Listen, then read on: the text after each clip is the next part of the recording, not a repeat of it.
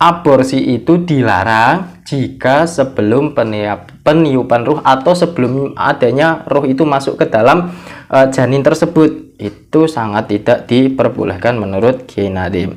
Nah, lantas apakah setelah ditiupnya ruh atau dimasukkan ruh ke dalam janin itu diperbolehkan aborsi? Bismillahirrahmanirrahim.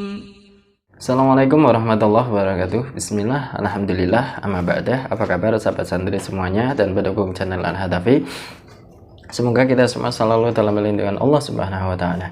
Pada kesempatan kali ini saya akan melanjutkan kajian kitab Qurratul Uyun yang mana akan menyambung dari bab atau video sebelumnya, menjelaskan tentang steril. Bismillahirrahmanirrahim. Qala al-mu'allif rahimahullah ta'ala wa nafa'ana bihi wa bi ulumihi fid dharaini amin. Wakot nabaha lan teman-teman wis ngelingake sapa An-Nadim Kiai Nadim rahimahullah taala hale melasi sinten Allah ing Kiai Nadim ala dalika ing atas mengkon-mengkon istimal ila akhirih biqaulihi kelawan dawuhe Kiai Nadim. Nah, di sini Kiai Nadim akan menambahi tentang bab aborsi ya. Ternyata di sini menjelaskan tentang aborsi tetapi di dalamnya juga menjelaskan tentang steril ya. Bismillahirrahmanirrahim. Wajani bilan ngetuho sira asikofa ing sikof wal ifsidala wal ifsadalan ngerusakake kandungan wa kullu sihrin lan saben-saben sihir la tarum aja najo sira fasadan ing gawe rusak. Kiai Nadim berkata ya, jauhilah tindakan yang merusak janin ya, ataupun sesuatu yang berhubungan dengan sihir ya. Jangan sampai kita itu membuat sebuah kerusakan. Itu pesan dari Kiai Nadim. Jangan sampai kita itu merusak atau sesuatu melakukan tindakan yang merusak janin atau aborsi ya. Kenapa sampai Kiai Nadim itu melarang aborsi? Berarti jelas ada sesuatu yang sangat dilarang menurut syariat Islam ketika melakukan aborsi ya. Apa saja tampaknya ya, ataupun larangan-larangannya itu. Bismillahirrahmanirrahim. Wa dhahiru utawi pertelone dawuh annasikofa iku satemene sikof minas sihri iku tetep setengah saking sihir alladzi la yajuzu alladzi kang ora wenang alladzi la yajuzu kang ora wenang apa sihir. Nah, di sini dijelaskan oleh Kiai Nadim bahwa secara lahiriah membunuh janin ataupun aborsi itu ternyata bagian dari ilmu sihir atau bagian dari ilmu yang sangat menyesatkan, yang mana itu tidak diperbolehkan menurut syariat Islam ya. Jadi hati-hati ya bagi kita semua ya yang ingin melakukan aborsi. Itu ternyata adalah bagian dari sihir, dan sihir itu adalah merupakan dosa yang besar juga ya, karena menyekutukan Allah. Sihir itu berarti dia tidak mempercayai Allah gitu ya. Itu tidak diperbolehkan. Berarti aborsi itu menurut Kiai Nadim sangat tidak diperbolehkan karena itu adalah bagian dari ilmu sihir. Wa mahallu lan utawi panggonane kaunal ifsadi anane olehe nggugurake kandungan mamnuan iku den cegah. Haitsu kana ing dalam sekirane ana apa ifsad qablan nafkhi ruhi iku tetep sadurunge manjingake nyawa ya. Nah, yang selanjutnya dijelaskan lagi oleh Kiai Nadim bahwa tindakan aborsi itu dilarang ya, dilarang jika dilakukan sebelum proses peniupan ruh ya. Aborsi itu dilarang jika sebelum peniupan ruh atau sebelum adanya ruh itu masuk ke dalam janin tersebut. Itu sangat tidak diperbolehkan menurut Kiai Nadim. Nah, lantas apakah setelah ditiupnya ruh atau dimasukkan ruh ke dalam janin itu diperbolehkan aborsi? Jangan langsung mengambil kesimpulan bahwa itu diperbolehkan. Belum ya. Yang selanjutnya, fa ingkana mongko lamun ana apa ifsad ba'da nafkhiha ing dalem sakwise manjingake nyawa, fahuwa mongko utawi ifsad iku qatlun nafsin kaya matani awa-awaan suci bila khilafin kelawan tanpa sulaya. Nah, di sini ternyata kelanjutannya, jika aborsi itu dilakukan setelah ditiupkannya ruh ke dalam jasad atau ke dalam janin, itu seperti dosanya membunuh orang dewasa tanpa adanya sebab apapun ya. Jadi membunuh orang dewasa yang mana tidak dihalalkan untuk dibunuh, ya. Itu berarti ketika adanya ruh, ya, ruh itu sudah ditiupkan ke dalam janin tersebut, lantas kok dilakukan aborsi, sama halnya itu membunuh satu nyawa orang dewasa. Dan ini para ulama tidak ada perbedaan pendapat, semuanya mengatakan dosa besar, ya. Bila khilafin itu berarti tanpa adanya suloyo, tanpa adanya perbedaan pendapat di antara para ulama, ya. Jadi ini harus diperhatikan benar-benar, ya.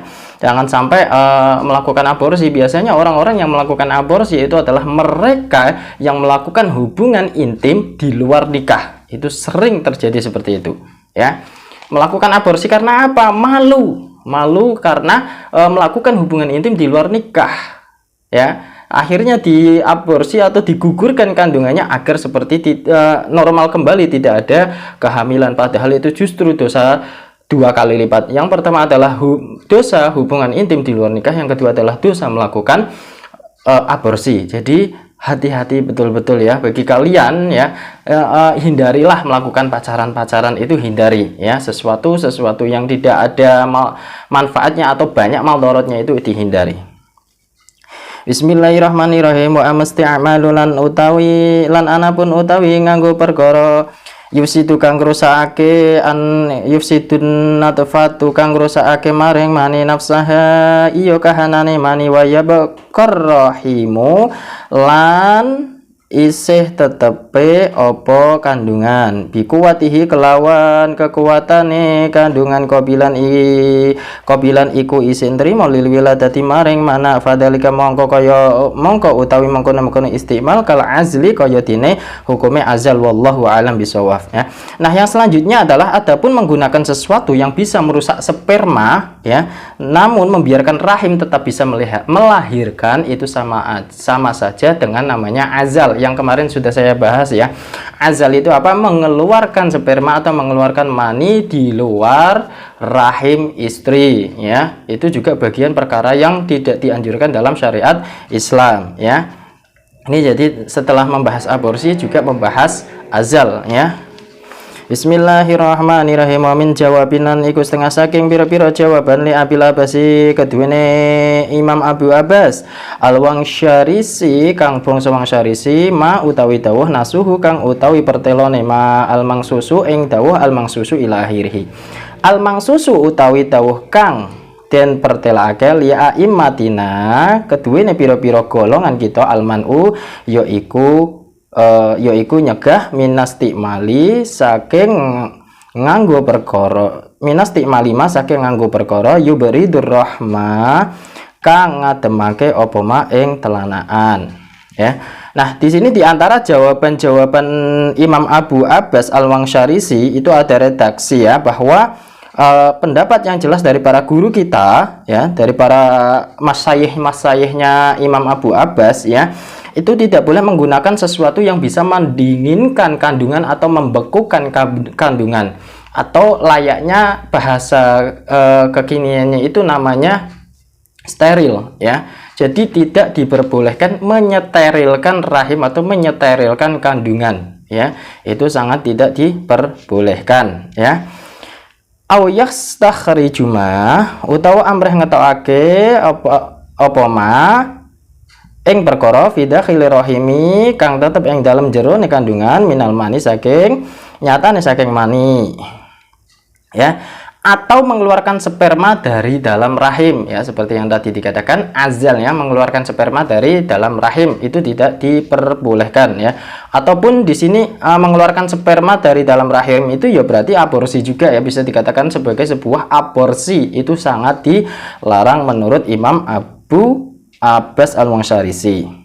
Wa alaihi lan iku tetep ing atase manun al muhaqqiquna utawi ulama kang padha nyatakake kabeh kelawan dalil wan nadharu lan ahli angan-angan masalah fahuwa mongko utawi istimal haramun iku haram. Nah, pendapat ini diikuti oleh beberapa ulama-ulama ahli tahqiq, yaitu yang namanya steril aborsi itu dihukumi haram dan dilarang dalam syariat Islam, ya, sangat dilarang dan dihukumi haram itu menurut ulama-ulama, ya. Jadi menurut jumhurul ulama mengatakan bahwa aborsi ataupun steril itu hukumnya haram, fahuwa haramun mamnuun tur kang den cegah utawa dilarang, layahilu kang ora halal apa istima biwajihin kelawan endi dalan wala yubahulan ora den wenangake. Jadi dengan alasan apapun dan itu sangat tidak diperbolehkan, haram hukumnya dan tidak halal melakukan aborsi ataupun melakukan steril ya. Berhati-hati ya.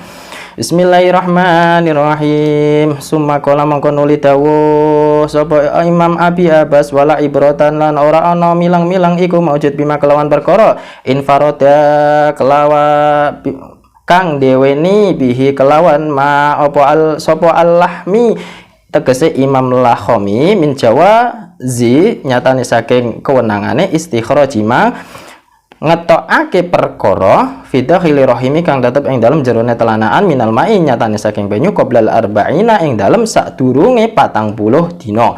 Nah, di sini Imam Abu Abbas juga bertentangan pendapat ya dengan siapa? Dengan Imam Al-Lakhma ya. Tidak perlu menurut Imam Abi Abbas itu tidak perlu memperhatikan pendapat dari Imam Lakhma yang mengatakan boleh mengeluarkan sperma sebelum 40 hari atau boleh melakukan aborsi sebelum 40 hari. Itu sangat berbeda pendapat dengan Imam Abu Abbas ya. Itu sangat tidak dianjurkan pendapat Imam Lakhmi. Bismillahirrahmanirrahim. Qala istawa sapa Ibnu Imam Abu Abbas wa alal umilan iku ing atase kitab fistiqodihi iku ing dalem oleh nggukurake banyu utawa maun al-huratu utawi awa-awane budak wal adabula nompo tidian. Nah, di dalam kitab di dalam kitab Al-Um dijelaskan bahwa ibu yang menggugurkan kandungan itu harus membayar denda. Dengan apa dendanya? Dengan memerdekakan budak ya, dan perlu dididik sebuah etika ya. Ibu yang melakukan aborsi itu harus membayar denda dengan dendanya itu sama halnya dengan memerdekakan satu budak dan perlu dididik sebuah etika ya. Jadi pada kesimpulannya aborsi steril azal itu diharamkan menurut jumhurul ulama dan syariat Islam ya. Jangan pernah sekali-kali melakukan hal-hal itu semua ya. Steril, aborsi dan sebagainya itu sangat dilarang oleh syariat Islam dan jumhurul ulama mengatakan itu adalah perbuatan yang tidak diperbolehkan, bahkan haram mutlak menurut jumhurul ulama. Itu saja yang bisa saya sampaikan, semoga bisa bermanfaat, dan apabila bermanfaat jangan lupa tinggal dengan like, komen, dan subscribe. Dan apabila ada pertanyaan silahkan kita diskusi di kolom komentar. Wallahu muwaffiq ila aqwamit thoriq. Wassalamualaikum warahmatullahi wabarakatuh.